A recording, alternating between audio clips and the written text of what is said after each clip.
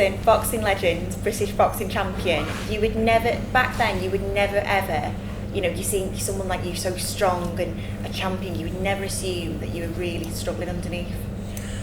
No, to be honest, and I don't think anyone knew to what extreme it was. I mean, I finished my career, I retired from boxing, and I went into training boxers.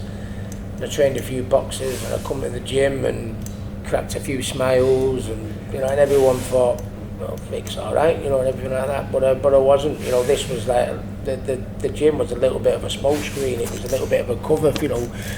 And then when I went home, I was just miserable, crying all the time, and it was really bad. And Jennifer, my ex, used to say, go and see someone. I, well, I'm okay. And it just went on, and it went worse and worse and worse. You know, really, really bad times. Yeah. What do you think was stopping you seeking help? Do you think it was just the fear of being? No, it sounds, and if anyone who knows me, I'd like to think that they know I'm not arrogant or anything like that, no edge to that. But I mean, for Ricky Hatton to go to somewhere and say, you know, I'm crying all day, you know what I mean, and you know, I don't know what to do. I want to kill myself. I want to do that.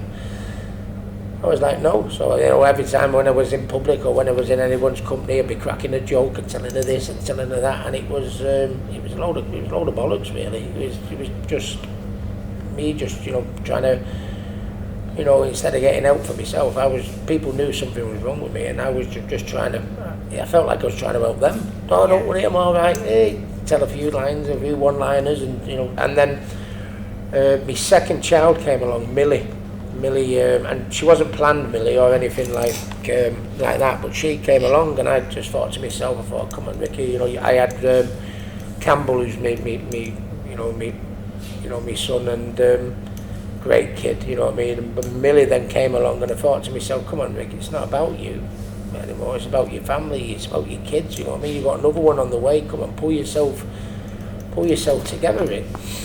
And I did a little bit, but still couldn't nail it. I thought, get yourself together for Millie's sake, and you know, and everything's sake. But I couldn't, you know, and that's made me realise. I thought, God, if my daughter isn't making me get my arse in gear, then I need somebody to help me, because obviously it's not.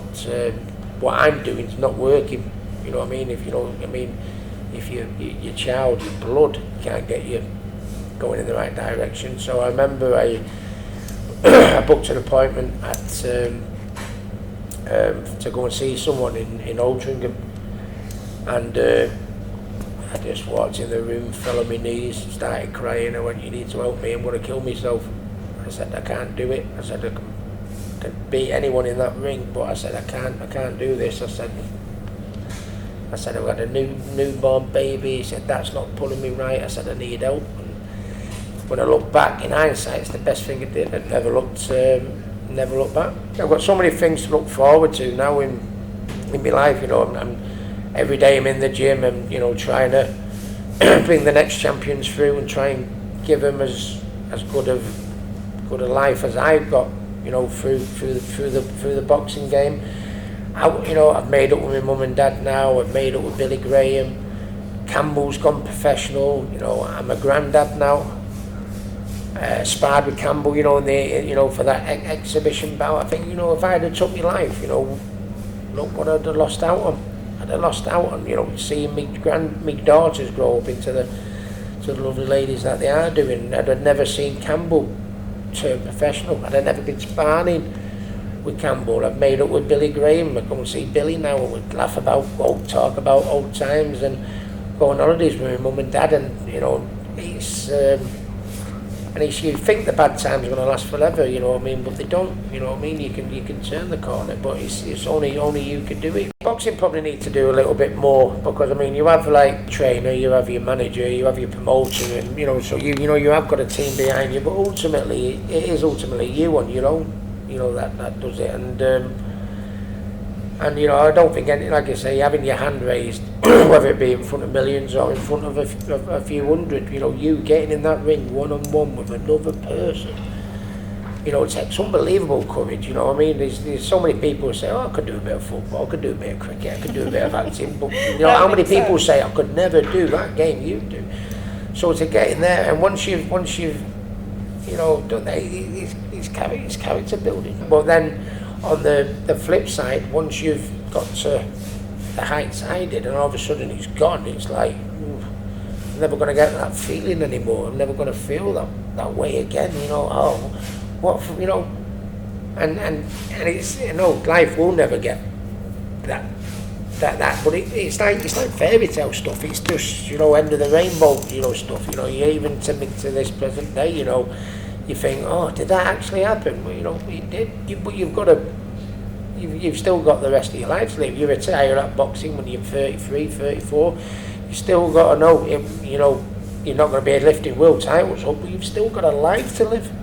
So you're a legend to so many. You're an inspiration to so many, especially young lads out there.